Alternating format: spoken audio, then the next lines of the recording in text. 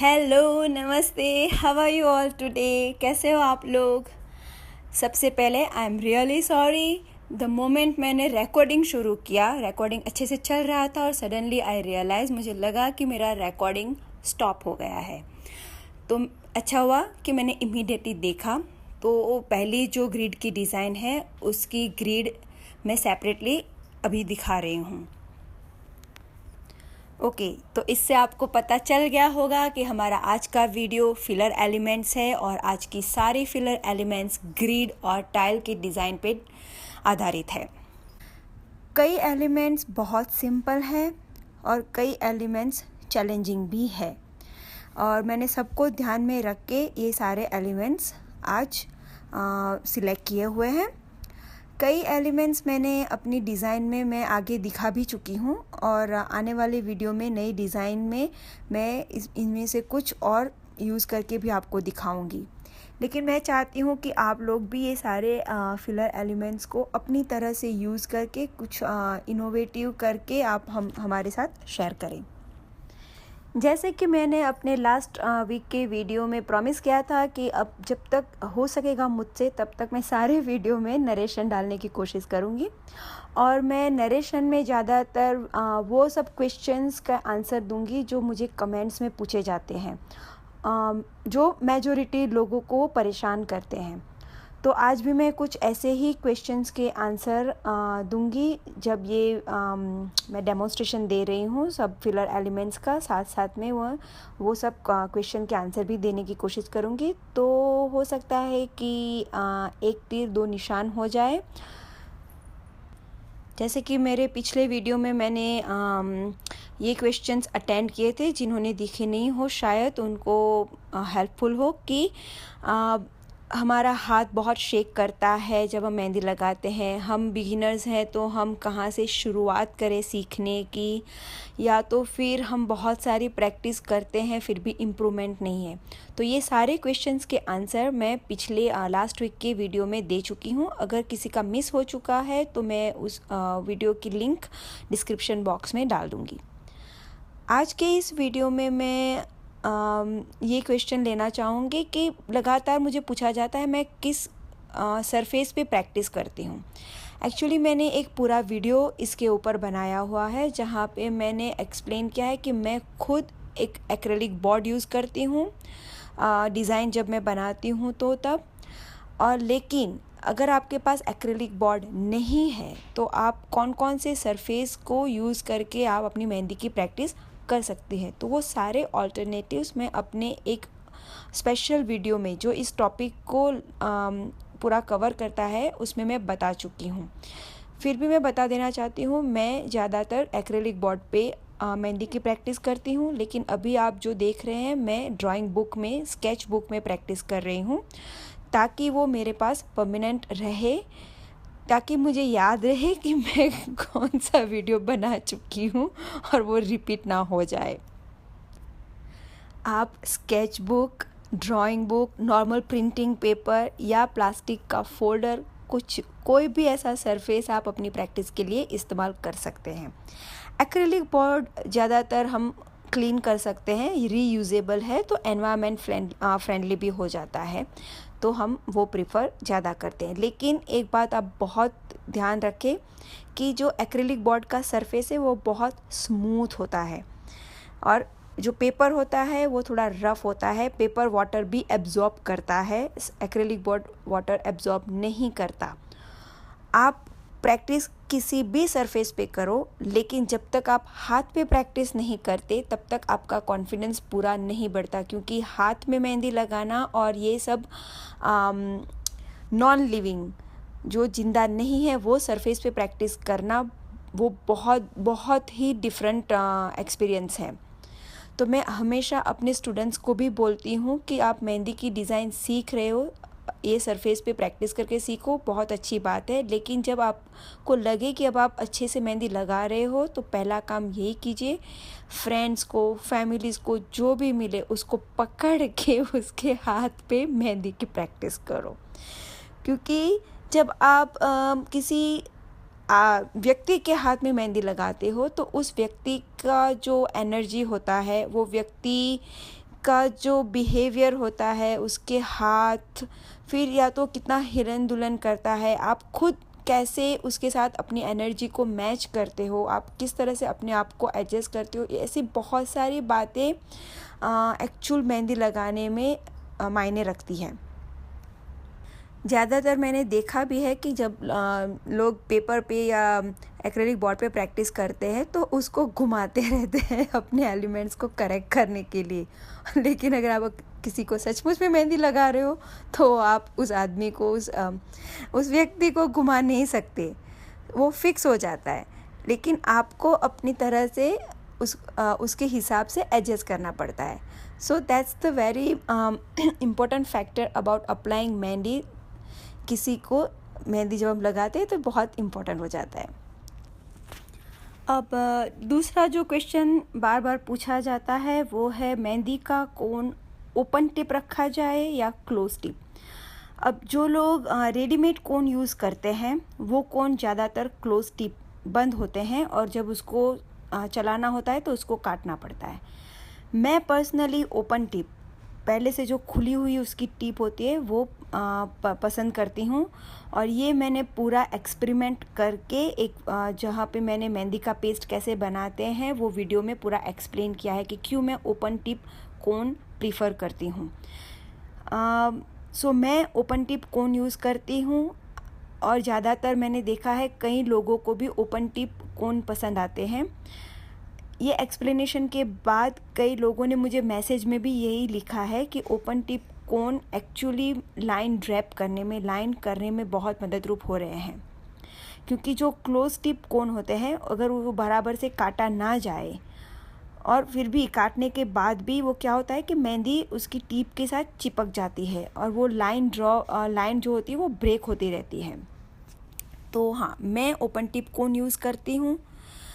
फिर मुझे ये भी पूछा जाता है कि कोन कैसे स्टोर करते हैं। मैं कई बार बल्क में मेहंदी बना के 20-25 कोन बना देती हूँ और फिर मैं उस कोन को फ्रीज़र में, जहाँ पे हम आइस रखते हैं उस सेक्शन में, फ्रीज़ के उस सेक्शन में मैं उसको स्टोर करती हूँ।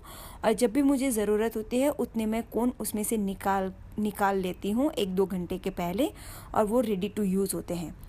मैं सिर्फ एक ही बार कोन को फ्रीज़ करती हूँ। जैसे मैंने एक बार निकाला फिर इस्तेमाल कर दिया, अगर इस्तेमाल नहीं हुआ है, बाहर पड़ा है, तो मैं वापस उसको फ्रीज़र में नहीं रखती, क्योंकि बार बार ऐसा करने से मेहंदी की कंसिस्टेंसी ख़राब हो जाती है और वो रिज़ल्ट पे अफेक्ट करता है। अब तक तो आप लोग जान ही गए होंगे कि मैं ज़्यादातर खुद कोन बनाने की बहुत फेवर करती हूँ, क्योंकि उससे बेस्ट आपको रिज़ल्ट मिलता है। बेस्ट मेहंदी कोन बेस्ट मेहंदी का रिज़ल्ट देता है, आपकी काम में भी क्लैरिटी बहुत आ जाती है इससे। तो मेरा आखिरी क्वेश्चन ये है कि कई लोगों ने मुझे ये पूछा है कि इतने सालों से, बहुत सालों से हम लगा रहे हैं, या तो हम प्रोफेशनल आर्टिस्ट है, फिर भी हमारे काम में क्लैरिटी क्यों नहीं है। एक्चुअली ये सवाल का जवाब आपको आपके खुद के पास होना चाहिए कि आपके काम में क्लैरिटी नहीं है जब आप बहुत सालों से प्रोफेशनल आर्टिस्ट की तरह काम कर रहे हो। तो क्लैरिटी आपके काम में तब आती है जब आप थोड़ा स्पीड स्लो करके, आपके काम में जब तक क्लैरिटी ना आए तब तक आप प्रैक्टिस करते रहे। कई लोगों को मैंने देखा है कि वो स्पीड पे बहुत ज़्यादा ध्यान देते हैं कि फटाफट से उनका काम निपट जाए, क्योंकि कई बार उनके दिन में 2-3 ब्राइड्स भी होती है। I am not very sure, but क्योंकि कई लोग पूछते हैं कि मेरी स्पीड नहीं आती, मेरा आंसर वही रहता है कि स्पीड पे कंसंट्रेट मत करो, क्लीनलीनेस, नीट वर्क पे आप ध्यान दोगे तो स्पीड ऑटोमेटिक आपकी इम्प्रूव हो जाएगी। लेकिन स्पीड कितनी इम्प्रूव होनी चाहिए, इतनी भी नहीं कि आपके काम पे वो अफेक्ट करने लगे, आपके काम में नीटनेस गायब हो जाए। स्पीड है लेकिन नीटनेस नहीं है, परफेक्शन नहीं है, तो उतनी स्पीड भी कोई मतलब की नहीं है। तो मैं एक्चुअली जब भी मैं मेहंदी ड्रॉ करती हूँ, मैं अपने क्लीन वर्क पे, नीट वर्क पे ध्यान देती हूँ। स्पीड पे मेरा कंसंट्रेशन बिल्कुल नहीं होता है। तो इसीलिए जब भी मेरी ब्राइड जब कंसल्टेशन के लिए आती भी है तो मैं पहले यही बात उनको क्लियर कर देती हूँ कि अगर आपको फटाफट वाला काम चाहिए तो सॉरी, आप कहीं और जा सकती हो, क्योंकि मेरे लिए मेरा नीट और क्लीन वर्क ज़्यादा मायने रखता है। और इसलिए मैं जब भी ब्राइडल मेहंदी लगाऊंगी तो मुझे वो काम शांति से करना बहुत पसंद है, तो थोड़ा टाइम भी उसमें लग सकता है। तो जो लोगों को ये क्लिनलीनेस का, परफेक्शन का प्रॉब्लम हो रहा है, मैं उनको बार बार लगातार यही रिक्वेस्ट करती रहूँगी कि थोड़े स्लो डाउन हो जाओ, एक एक एलिमेंट को परफेक्शन के साथ ड्रॉ करो, फिर आप देखो ऑटोमेटिक आपके काम में परफेक्शन आ जाएगा। आई होप मेरे ये सुझाव आप लोगों को हेल्पफुल रहेंगे। जो फिलर एलिमेंट मैंने दिखाए हैं इस वीडियो में वो भी आपको बहुत उपयोगी रहेंगे, बेनिफिशियल रहेंगे। कुछ एलिमेंट ऐसे भी हैं कि अभी थोड़े लेटेस्ट हैं लेकिन वो चैलेंजिंग है, तो अगर आप फर्स्ट अटैम्प्ट में नहीं कर पाओ तो पहले उसको पेंसिल से अटैम्प्ट करो। उसका बेसिक जो बेस है वो आपके दिमाग में, आपकी अंडरस्टैंडिंग में अगर एक बार क्लियर हो जाएगा, फिर आप उसको मेहंदी से भी अटैम्प्ट कर पाओगे। जैसे कि आप ये लास्ट डिज़ाइन देख रहे हो, वो थोड़ी नहीं, बहुत कॉम्प्लिकेटेड है और ख़ुद मुझे इसे सीखने के लिए बहुत पापड़ बेलने पड़े हैं। आई मीन टू से कि मुझे इतने सारे ट्रायल और एरर करने मेरे हुए हैं खुद के इस डिज़ाइन को, पर्टिकुलर डिज़ाइन को सीखने के लिए। मैंने कितनी बार उसको ट्राई भी किया है, लेकिन एक बात हमेशा याद रखिए कि हर एक कॉम्प्लिकेटेड डिज़ाइन की एक सिंपल बेस डिज़ाइन होती है। अगर वो बेस डिज़ाइन हमारी समझ में आ जाए तो उसके ऊपर हम उस कॉम्प्लिकेटेड डिज़ाइन को कंस्ट्रक्ट कर सकते हैं। तो बस यही था, मुझे इस पर्टिकुलर डिज़ाइन की बेस डिज़ाइन नहीं मिल रही थी, लेकिन द मोमेंट मुझे वो समझ में आ गया, मेरे लिए ये डिज़ाइन आसान थी। इसीलिए जब भी मैं ऐसी कॉम्प्लिकेटेड डिज़ाइन को अटैम्प्ट करती हूँ, मैं पहले उसे पेंसिल से प्रैक्टिस करती हूँ। उसके बेस को समझने की कोशिश मैं पेंसिल से करती हूँ, और जब मुझे लगता है कि अभी ये डिज़ाइन मेरी समझ में आ गया है, उसके बाद ही मैं मेहंदी के कोन से उसे अटैम्प्ट करती हूँ। तो कई लोग मुझे पूछते हैं कि मैडम हम बिगिनर हैं तो हम पहले पेंसिल से ड्रॉ करना शुरू करें या मेहंदी के कोन से। अगर आप सिंपली बिगिनर हैं, आप मेहंदी के कोन से ही शुरुआत कीजिए, लेकिन ऐसी कॉम्प्लिकेटेड डिज़ाइन अटैम्प्ट करने की कोई ज़रूरत नहीं है। पहले आप सिंपल एलिमेंट्स जैसे लाइन, फिलर एलिमेंट्स, उन सब में मास्टरी लाइए। सिंपल शेप्स जैसे कि पेटल शेप, राउंड शेप, उसमें मास्टरी लाइए। एक बार आपका हाथ स्टेडी हो जाएगा, आपको डिज़ाइन की, मेहंदी की समझ आने लगेगी, और जब आप कोई ऐसे कॉम्प्लिकेटेड एलिमेंट अटैम्प्ट कर रहे हो तभी आप पहले पेंसिल से प्रैक्टिस करो, फिर बाद में कोन से प्रैक्टिस करो। और एक इम्पॉर्टेंट बात की तरफ मैं आप सबका अटेंशन लेना चाहूँगी कि कई लोगों का, बहुत सारे लोगों का एक्चुअली लाइन वेरिएशन का प्रॉब्लम हो रहा है। मैं बार बार बोल चुकी हूँ कि लाइन वेरिएशन एक ऐसी चीज़ है, अगर आप उसको प्रैक्टिस करोगे, उसको मास्टर करोगे, तो वो आपको एक ऑर्डिनरी हैना आर्टिस्ट से एक्स्ट्रा ऑर्डिनरी हैना आर्टिस्ट की कैटेगरी में शिफ्ट कर सकता है। बहुत सारे लोग पूछते हैं हमारा प्रॉब्लम क्या है, मुझे ज़्यादातर उनको वही बताना पड़ता है कि please practice line variation. Line variation क्या है, वो कैसे प्रैक्टिस किया जा सकता है, वो सब बात एक्सप्लेन करने के लिए एक पूरा स्पेशल वीडियो, बहुत लंबा वीडियो मैं बना चुकी हूँ, और उसकी भी लिंक आपको डिस्क्रिप्शन बॉक्स में मिल जाएगी। प्लीज़ आप जो भी नए बडिंग हैना आर्टिस्ट है, जो अभी नए सीख रहे हैं, ये बात आप पहले से ही अपनी प्रैक्टिस में रखें कि जब भी आप कोई मेहंदी डिज़ाइन ड्रॉ करें तो लाइन वेरिएशन पे बहुत ज़्यादा ध्यान रखें। आई होप मेरा ये वीडियो भी आपको बहुत पसंद आया होगा। इस वीडियो में मैंने बहुत डिफरेंट टाइप्स की फिलर एलिमेंट्स अटेम्प्ट की है, जैसे मैं बता चुकी हूँ। इस तरह की फिलर एलिमेंट्स ग्रिड वाली, टाइल वाली मेरी पर्सनल फेवरेट है। हो सके ये सबकी पसंद ना भी हो, लेकिन मुझे खुद को ये इस तरह की डिफरेंट डिज़ाइन बहुत पसंद है, और इसीलिए मैं हमेशा इस तरह की डिज़ाइन सीखती रहती हूँ, और मैं कोशिश करती हूँ कि मैं भी अपनी वीडियो में भी इसको सिखाती रहूँ, क्योंकि 100 में से एटलीस्ट एक कोई व्यक्ति ऐसा होगा जो मेरी तरह सोचता होगा और उसको कुछ डिफरेंट करने का शौक़ होगा, तो उसको ये हेल्पफुल हो सकता है। तो आप ये वीडियो देखिए, ये एलिमेंट को सीखने की कोशिश कीजिए अगर आपको ये पसंद आए, और अपनी डिज़ाइन में उसको कुछ नए आइडियाज़ के साथ, वेरिएशन के साथ इनकॉर्पोरेट कीजिए।